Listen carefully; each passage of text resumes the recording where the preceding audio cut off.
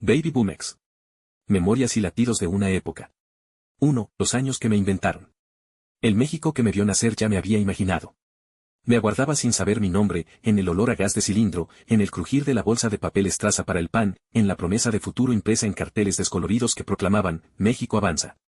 Como un hijo suyo, me había reservado un lugar, como si ya supiera, desde su himno y su historia, que en mí, y en tantos otros, había sembrado la esperanza de un soldado dispuesto a defender sus sueños y sus contradicciones. No era un país silencioso. Todo hablaba, las calles, los letreros pintados a mano, los anuncios que insistían en que la nación iba para arriba. Mi vida comenzaría como casi todas, sin saber que la patria que rondaba mi cuna estaba dejando huella. Mis primeros pasos serían entre rumores de modernidad y una rutina sencilla que, sin notarlo, eran parte de una trama mayor. Era la década de los 50. La posguerra aún se respiraba en los periódicos y en las sobremesas donde los adultos hablaban de un mundo dividido en dos mitades y de un país que, sin entender del todo lo que ocurría afuera, se aferraba al sueño del milagro mexicano. Una nación que construía presas, carreteras, hospitales, que recibía con aplausos a sus presidentes en fábricas relucientes y repetía con convicción que quien trabaja progresa, alimentando en los hogares la creencia de que el futuro sería mejor.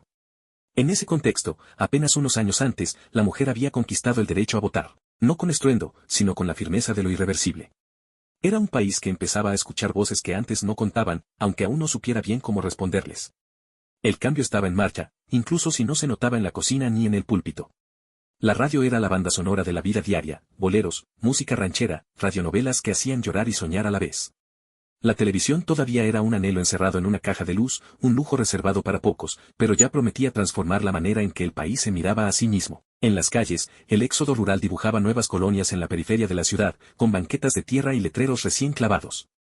Era el México que se vestía de modernidad, pero seguía escondiendo sus silencios bajo la alfombra.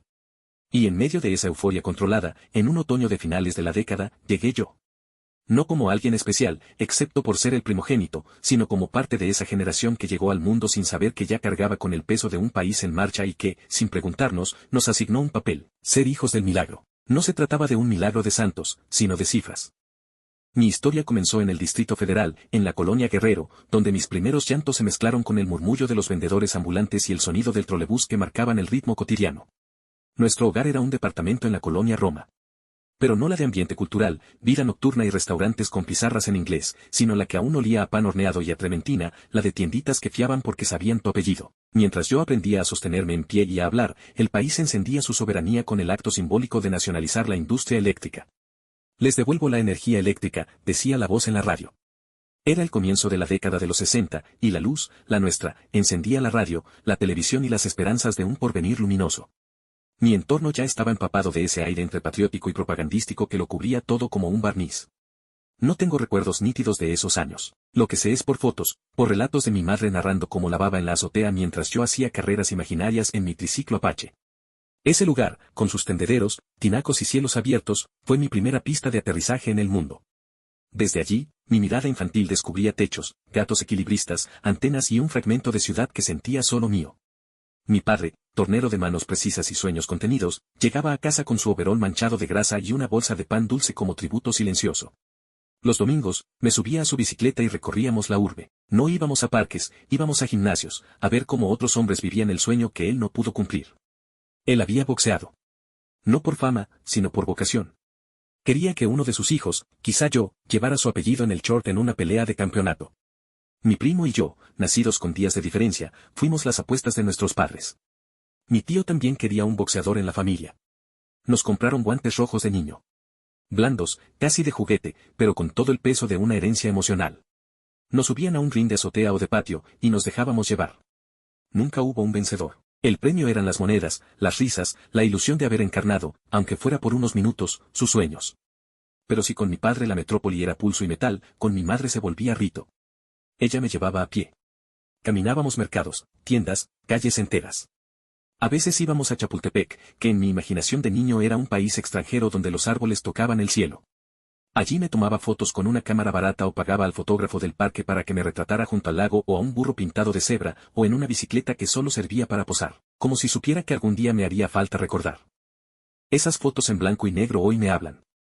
Me veo en ellas, con pantalones cortos o largos, con tirantes, suéteres de grecas, zapatos blancos y sonrisas plenas, pero también veo a mi madre, en el encuadre y fuera de él.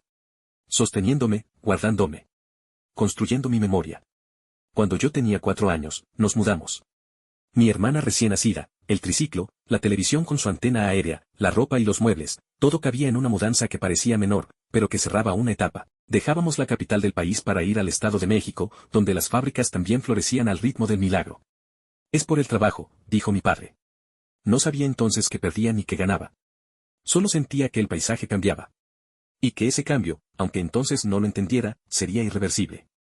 Así transcurrieron mis primeros años. Entre radios encendidas, huelgas silenciadas, sueños de box, triciclos rojos y fotos que hablaban por mí. El país crecía y se contaba a sí mismo como moderno y justo. Yo apenas empezaba a recordar. Pero ahora sé que ese México, el que se dejaba sentir en cada paso, en cada aroma y en cada voz, fue uno de los primeros grandes personajes en mi vida.